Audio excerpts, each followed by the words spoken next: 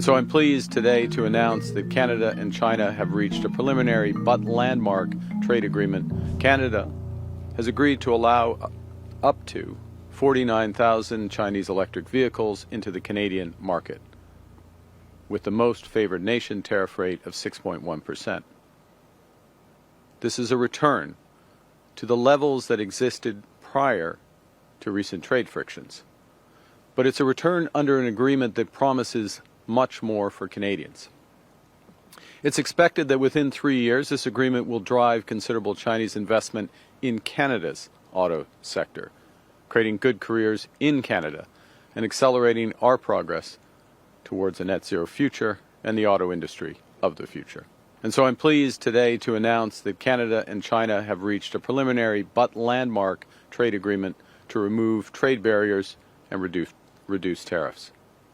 By March the 1st, Canada expects that China will lower tariffs on Canadian canola seed to a combined rate of approximately 15%. China is a 4 billion canola seed market for Canadian producers, and this change represents a significant drop from the current combined tariff levels of 84%.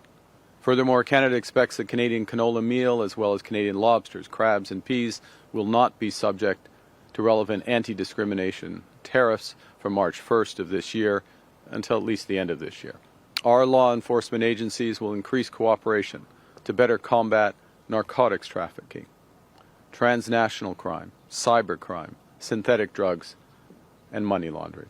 We have an understanding. These are some of the issues that we discuss in terms of our expectations in Canada, our red lines in terms of preventing foreign interference, not tolerating foreign interference, and addressing it when we see it. The security landscape continues to change, and in a world that's more dangerous and divided, we face many threats. That's the reality, and the job, my responsibilities as Prime Minister, the job of the government, is to manage those threats.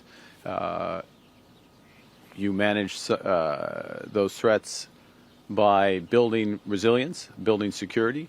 You manage those threats through alliances. You manage those threats through engagement, and we're pursuing all of those.